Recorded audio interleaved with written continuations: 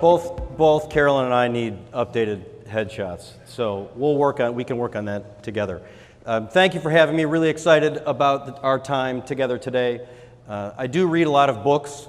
I don't think that I read the most books out of anybody, but what I do is I spend a lot of time thinking about what I read. So I'm the son of a book publisher and the son of an English teacher. So books and reading and writing have always been something that I've done. I don't really even remember a time where I made a conscious choice to read a book or write something. I have just been doing that my whole life.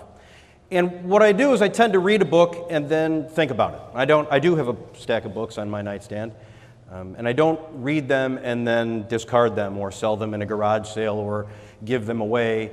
I write in them, I annotate them, which sounds very geeky. It's not as, well, it is. I want to make it not sound geeky, but it is geeky. I annotate these books. I write reviews about them. I share them with other people. I tend to give a lot of books as gifts. And so I really am taking everything that I'm reading and trying to learn from that experience. Whether it's a novel or a New York Times nonfiction bestseller, or it's a biography or someone's memoir, or my son gave me a short story that they read in school the other day that was just totally amazing, that then drew a whole conversation about the Spanish writers and the novelists there, and just trying to learn as much as we can from all these books. And I'm really excited, actually, after listening to the panel, about the 8 books that I have to talk about today, because they are about pretty much everything that you just heard these people talk about on the panel. They're about change. They're about technology. They're about the future.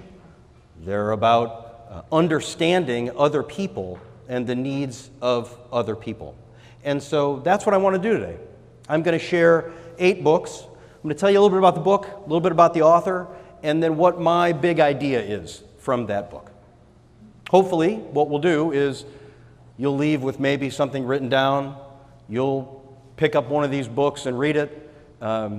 Or maybe you won't, and you'll read the one that's been sitting on your nightstand that you've been wanting to read for a long time. So the goal is just let's share and let's talk about reading and really how it's meant to amplify. So most of us are probably done with our formal education. But that doesn't mean that we're done learning about stuff. Right? And that's one of the key things in terms of reading. So the first book I want to talk about is a book called Love is the Killer App by Tim Sanders. I don't know if anybody's read Love is the Killer App. Okay. It's short. You will read it very quickly. It is really about this notion that everything we read has a lesson. God, I just heard that somewhere. Everything we read has a lesson. And we need to understand what that lesson is and then share that lesson with other people. This is the book that got me back into reading as an adult, like voraciously reading as an adult. And the first thing it taught me was how to annotate a book. Again, I said this sounds really geeky, but it taught me how to annotate a book. So this is a book I just finished recently, and this is something I learned from Tim Sanders, right? There are interesting things, interesting statements and sentences and concepts in every book. A lot of times we underline those in books, and that's great, but the reality is when you want to go back to that book, you spend a lot of time flipping through it, like, why did I underline that? And I can't really remember this, and I don't really remember that. And so the idea is, write it down on the inside front cover. Give me a page number, and paraphrase what it is. You don't have to write out the exact words and phrases. Super simple. It's not something that you couldn't come up with on your own, but most of the time when we're reading, we may be on the train, we may be on an airplane, we may be in the office. We don't really have a pen with us. We read in bed. It's not the kind of place you necessarily keep writing materials. I keep a pen in a book, right? And everybody hates that because it breaks the binding and all that, but this is what I do with it. And so when I want to go back, this happens to be a book that's on this list. When I want to go back to this book and pull out a couple of key phrases or a couple of key thoughts, it's really easy for me to open up the book and understand what I was thinking while I was reading it. It is like my own little personal Cliff's Notes. This side are pages and concepts. This side was me starting to put together, what does this all mean? What does this book mean? How am I going to write a review about this book? What do I think is important? And so that's the first thing that I learned from Love is the Killer App, is how to annotate a book. The next thing I learned from Love is the Killer App is something I already said, which is about sharing. The love that Tim Sanders is talking about here is not romantic love. It is the love of doing something for someone else. And that when you share, when you read and you learn things, you got to share that with other people. That's why it was written in the first place. It was written to share. And so that's the big idea of Love is the Killer App. When you're in a business, this concept of love is about helping others be successful. Your business is all about helping others be successful based on what you're sharing in terms of the market, or based on what you're sharing in terms of, your clients in aggregate, or based on what you're sharing in terms of someone's time of their life. And that's why the sharing is so important, and that's what that love is. Now, Tim Sanders happens to call this act, and the people that do it, he calls them love cats, right? So we're here sort of make you all love cats as we go through the rest of the presentation. Okay, the second book, and these lights are really, really bright, so it's hard for me to see this, but I know that some of your eyes are rolling back in your head. You're like, oh my God, can people please stop talking about Who Moved My Cheese, okay? It is so cliched, it is published a long time ago, it is on my shelf, and I still refuse to read it. Or I read it when I was 20, and I'll never do that again. And I'm here to tell you that this is, of the 8 books on this list, I think they're all important. I read this book every year. And I don't read it every year because I experience some sort of foundational change in my life every year. I probably do, but I don't think about it that way much anymore because I've read this book. I've read this book every single year. So this book is an allegory about 4 characters that navigate a maze. And some of them navigate it very successfully as change happens. And some of them do not. And we know people like that. We know people who are able to handle that change successfully, and we know people who really struggle with that change. In fact, I don't exactly know what this means, but I know as a seller, when someone tells me that my product set that I'm selling is going to change, I have a little bit of like, what was that? Right? I think that's what we just heard. That's change. And that's the kind of thing that Who Moved My Cheese will help you deal with. The allegory is nested in this story of a bunch of graduate school colleagues, and they get together throughout their life, and they talk about their life, and they talk about the changes in their life. And some of them are business related. I didn't get this promotion, or I did get this promotion, and I didn't expect what was going to happen. Or some of them are personal, right? I had a relationship that fell apart, or I've got these children, and I don't know what to do with them because they're challenging me in ways that I didn't understand. And these are all real changes that really happen. I give this book as gifts. I give it to every team I've ever managed, ever. And I just make people read it. So, it's probably already on your shelf. You probably already have it. It will take you 1 hour to read this book. And it will be something that you will get a benefit from for months and months to come. Because in a world that's constantly changing, it's to our advantage to learn how to adapt and enjoy something better. This isn't I'm going to experience the change and I'm going to deal with it.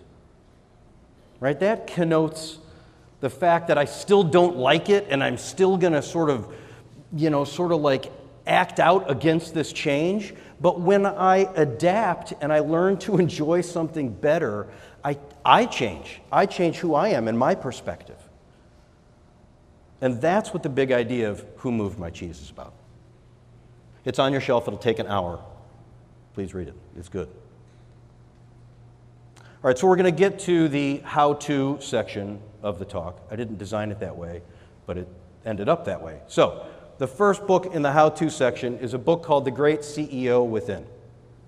This book was given to me by a CEO that I worked for when we had a development conversation, and I said, I'd like to be a CEO someday. The next day, this book was on my desk. So, Matt Mockery has a great consulting business. It's super interesting.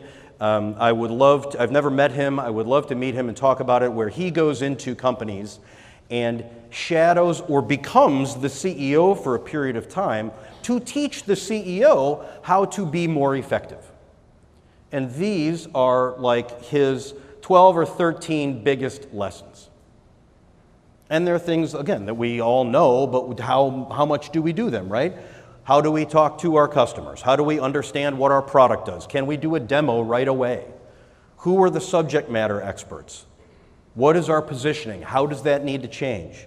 What are the KPIs? Where do I get those KPIs? Where does all that data live? What is important? Can I change those things? Like all those questions that as a CEO you would be asking out of curiosity and because you have to prove that value. This isn't just a book for CEOs, though. I would argue that anybody at an executive level who has aspirations for an executive level, who's running their own business, who has a team to manage, any of those things, this is a great book because it is full of really tactical reminders that you don't have to like tease out what the tactics are. What is he trying to say here? It's very clear what he's trying to say. Now, it isn't a cookbook in the sense that it's a recipe for success either. Some of the things are easier to do than others. But I will give you the big idea right now because it's changed my life. And that is these two things. Don't keep your phone by your bed. Who keeps their phone by their bed? Yeah, don't do that anymore. And we'll talk about why don't do that anymore. And inbox zero. Who practices inbox zero? Yes. Yes. Oh my God. Thank you. Okay, fabulous. So here's the deal. Don't keep your phone by the bed. Why do you keep your phone by your bed? Just yell out a couple of reasons. Technology may call during the night. Yeah, alarm clock, I get a call during the night, something like that. All right, you know what Amazon sells? Alarm clocks, yeah. And some of them only cost $2. And probably all of you are Prime members, so it gets delivered for free. So you can get an alarm clock that works really well. It wakes you up. And you no longer need your phone for that. It's hard not to keep your phone by your bed because sometimes you got contracts coming in. But really, there's only one day that you need to have the phone by the bed if contracts are going to come in, and that's the last day of your period, of your month, of your quarter, of your whatever it is. But when the clock ticks to 12:01, you know, the contract's too late to get into that period. So you don't really need your phone by your bed. You could stay up and watch reruns of Family Guy until midnight and see if somebody comes in and then know, and you put your phone down and you go to bed. I have 2 teenagers. It's difficult not to keep your phone by your bed because you feel like you have to, right? What if they need you? Well, I had 2 teenagers successfully and didn't keep my phone by my bed. And what I told them is, if you need me, you come in and get me. Or if you're somewhere else, you have that person call me, or you borrow that person's phone, or you just get a ride home. And it really was never an issue. Now, I'd be lying if I said every single night I do that. There are some, now one of my kids is in college, one of them is a senior. He was out at homecoming the other day, and I was like, you know, tracking his activity and whatnot. And so I did have my phone by my bed that night, but most nights I do not. In fact, last night here at the hotel, it was on the desk. Because otherwise I'm like doom scrolling cooking videos, and the next thing I know, it's 12:30. Like, F1 news does not change that quickly. I can look at it today to understand what happened yesterday. And that's what we do. You need restorative sleep, and it doesn't happen when your phone is by your bed. So the second thing is inbox zero. It's amazing. It's totally awesome. I do it all the time. It was really hard to start. Because I'm like, well, all these emails are important. They're all things that I need to take action on. Yet there's been an email in my inbox from 5 months ago. Look, if it's still in there after 5 months, you don't need to take action on it. You probably haven't, or you haven't forgot about it. So now it's just taken up space. The way you start, in my opinion, the way you start inbox zero is you go to your email inbox, whatever email app you use, you open it up, you highlight everything, and you just delete every single message in your inbox. They're gone. And if it's important, it will come back in your inbox. Someone will be like, hey, Tom, you forgot to respond to this. Like, oh yeah, I did. Thanks for sending that to me again. Right? And then you just respond. When you have no emails in your inbox, you will know more about your business. You will learn more about how it operates because you're not hiding anything and stuffing things away where you don't see them anymore. You'll know, do I need to take action? Do I need to delegate this? Do I need to unsubscribe? I mean, I'm telling you, every single person in the world wants to email the CEO. When I was a CMO, I was beating up my sales guys to email the CEO. When I was a CEO, I was getting all these emails. I'm like, I don't want them, and I unsubscribe from them. And you maintain this inbox that now is under control. And once you start doing that, you'll look at your spouses and your friends and your colleagues, and you'll look at their inbox and think, ooh, sounds like a tavern back there. I love it. I love it. Very Boston, very Boston. So, inbox zero is super important. And these seem like little things, but the control over your business will be extreme when you have no emails in your inbox. People say to me all the time, how do you know so much about this company and the way it works? Because I read everything that's in there. Now, it isn't magic, okay? Let me show you my inbox here.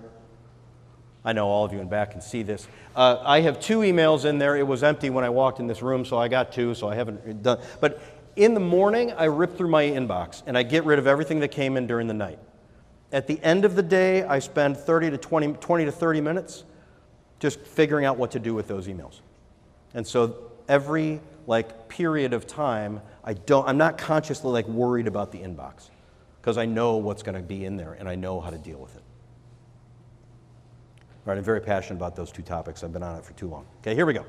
4th book, The CMO Manifesto. Absolutely love this book.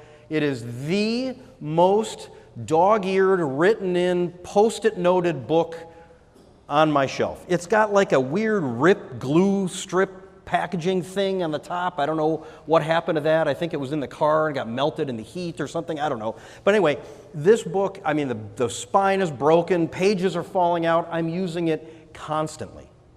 Now, for much of my career, I was a marketer. I mean, I still am a marketer, I suppose, but I was the chief marketing officer of a couple of different businesses, and I use this book all the time. All right, the idea here is, let me give you some things to do in 100 days. Much like the Matt Mockery book, this is based on research with a bunch of CMOs. Here's the challenge with CMOs. Everybody wants you at arm's length because they don't want marketing all up in your business. But everybody wants you to do every single thing for them. So it's impossible to be at arm's length and do all this stuff.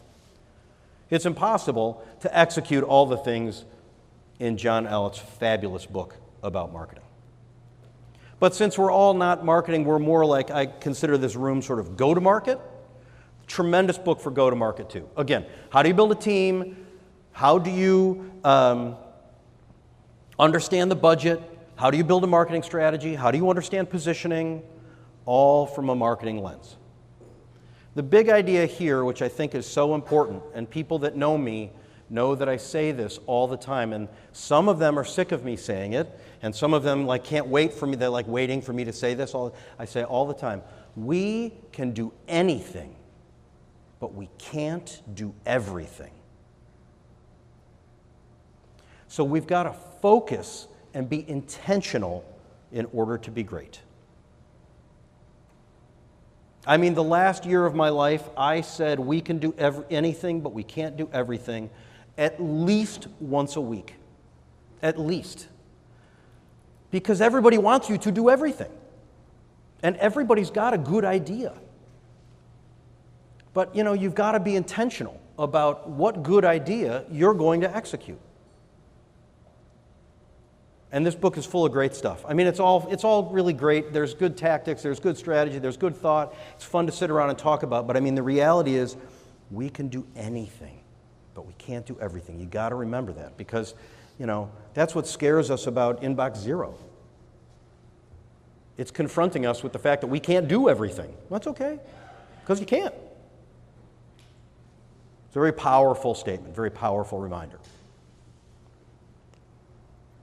Joy of Cooking. Here's the cookbook. Here is the cookbook. All right. How many people have this book on their shelf? Outstanding. All right. This is the book that you give to your children when they move out of your house. In this book, this is the foundational book for cooking. All right, reading is sort of my first hobby. Cooking is my second hobby. I mean, it's absolutely a passion of mine. I do, when I have a shitty day, I do it, I go cook something very complicated. My wife's like, oh my God, what time are we going to eat, But it's like I work out my problems by cooking a meal, I love to cook, and I love to learn about things I haven't cooked before. I love to experiment with ingredients I've never cooked before. I love to share the things I cook. Like, really connecting with me is me making a meal. I live in Texas. I went back to Chicago to visit my mother. I was staying with some friends. And I said, here's the deal. I'll buy you dinner as a thank you for staying with you. Or, if you don't want to go out, I'll cook for you. And that's what we did. I went to the store, and I used their kitchen, and I cooked for them. Right? Because to me, that's how you share. That's how you share your feelings and you show, the quality of your relationship with somebody. And Joy of Cooking is all about that. There's a whole section on beverages. How do you make a crown roast of pork? It's in there. Blue cheese salad dressing. Not hard to make at all. But none of us really make it. But when you do, people are going to be like, oh my God, how did you learn to make this? I mean, the internet is full of recipes, right? But this is an actual reference. Why does something taste good with something else? It's in there.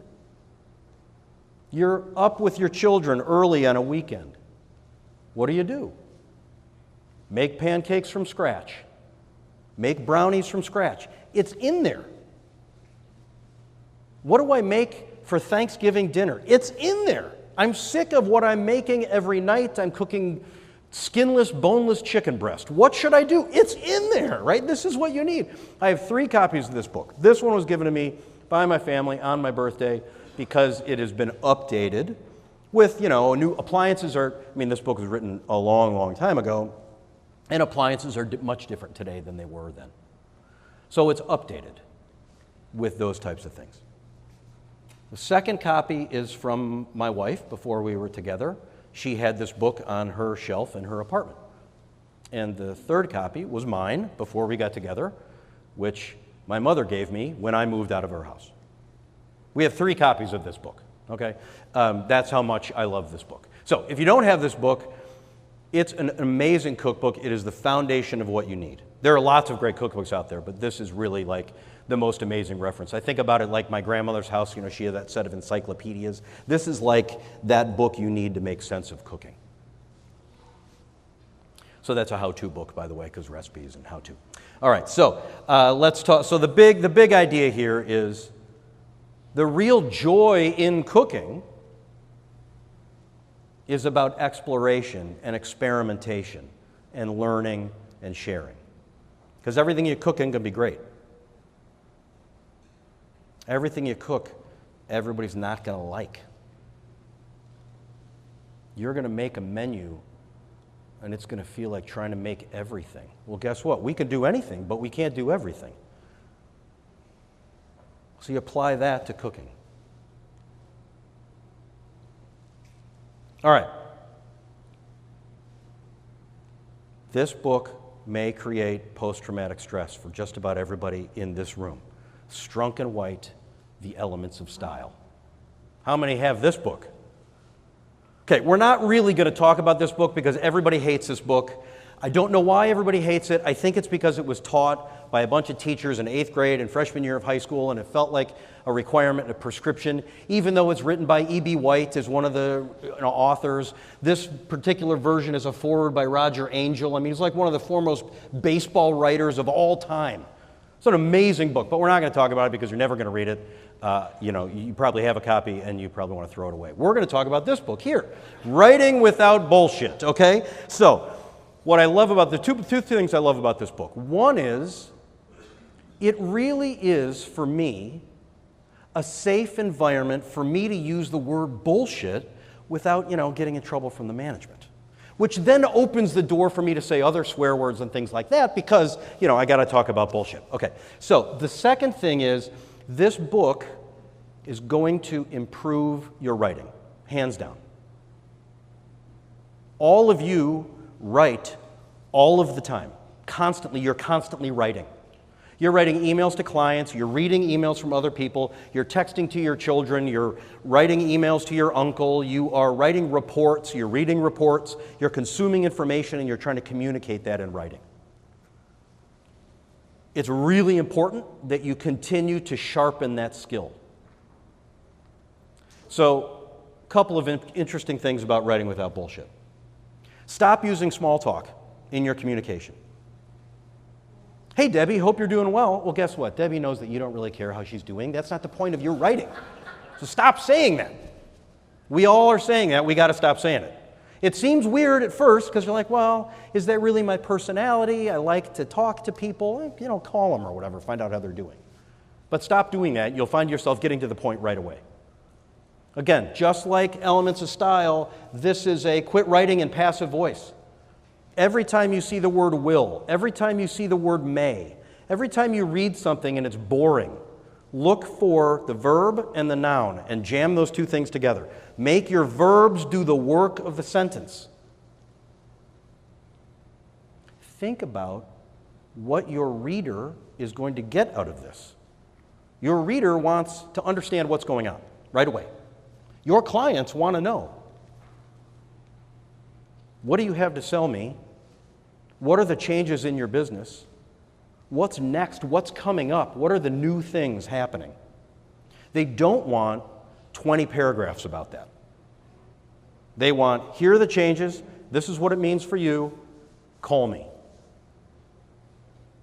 That all seems very simple for a big long book written about writing, but this will change the way that you write because you're going to start thinking about the reader. And you have to treat the reader's time as more valuable than your own. They're your client. They're the person that matters, not you. All right, that's the end of the how-to section. We heard a little bit about the future of property and casualty, the future of AI. So we need to read a book called The Inevitable by Kevin Kelly. Kevin Kelly is a futurist. I didn't really know that was a job, but it sounds like a great job to have. Kevin Kelly was the science advisor on the movie Minority Report because Steven Spielberg wanted somebody who understood the future and the way that the future might actually look and work. This book was written in 2016, so if you read it today, you're like, oh, I recognize that, and this is being done by Netflix, and this is what Amazon does. You'll see some of that in there. But this book is really about what do we do about all this? Screening. Everything we consume is on a screen. Everything. Even 10 years ago, if I told you you'd read a book on your phone, you're like, that's nuts. I'm not doing that. But you do that. I read the newspaper on my phone every single day. And I still call it the newspaper, which is weird, right? But I read the newspaper on my phone. Screening. Really, really important. Tracking. Am I being tracked? Who's tracking me? The Chinese tracking me? Who's tracking me? Should I give this thing my data? Should I allow the app to track me? What's my blood pressure? Can I track that? Can I keep all these metrics that we're starting to track in all of our businesses about us? This data is exploding. And it's useful to us in a lot of ways. Remixing is another one of those things. Every book in the world is online. All your tracking data is online. All the music that's out there. Because everything is now like bits and bytes, I can begin to remix those things together and change content. I can create original content from content that was already created. And all of these things connect us in very bizarre and different ways. And it's that connection that is so important. Because in a super connected world, thinking differently is the source of innovation and wealth. Just being smart is not enough anymore.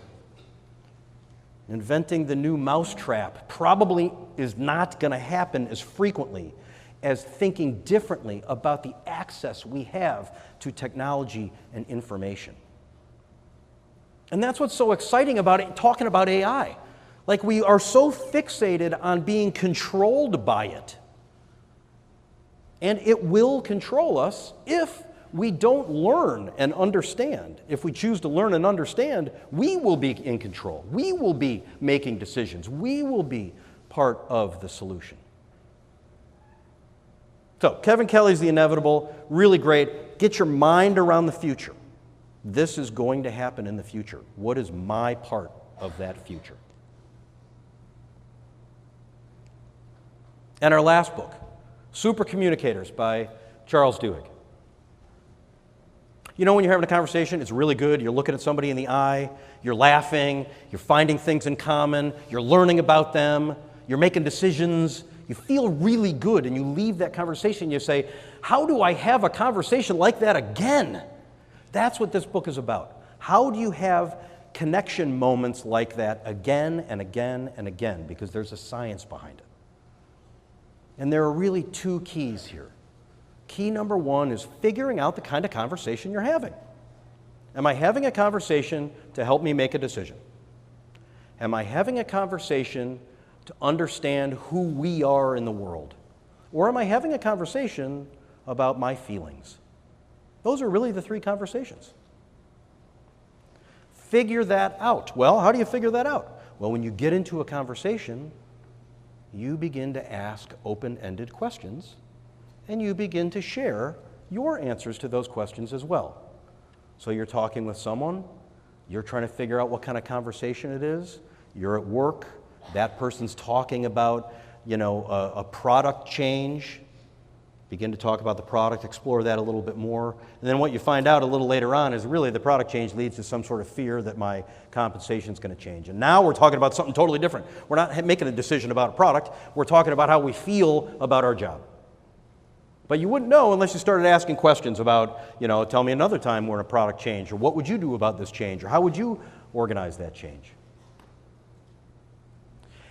And when you do that, what you start realizing is that every conversation is loaded with all of their experience and all of their opinions and all of their time and all of the people they know and the multitudes of information that they know in their entire life.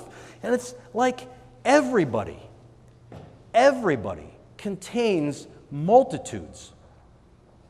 And so every conversation you have needs to be sensitive to this notion that the conversation you think you're having may be a little bit different than the conversation that person wants to have. And let's connect in a way to understand that and be open enough to understand that your personal experience, your wife's experience, your job on Capitol Hill, whatever it is part of your conversation at some level. And that's what we mean by everyone contains multitudes. And that drives super communication. So those are our 8 books. Love is the Killer App is about sharing. Who Moved My Cheese is about change. Great CEO Within is about action. CMO Manifesto is about focus. Joy of Cooking is about sharing. Writing Without Bullshit, aside from an excuse to say bullshit, which is good, you should take me up on that, is about improved communication. The Inevitable is about embracing the future. And Super Communicators is about understanding where people are coming from.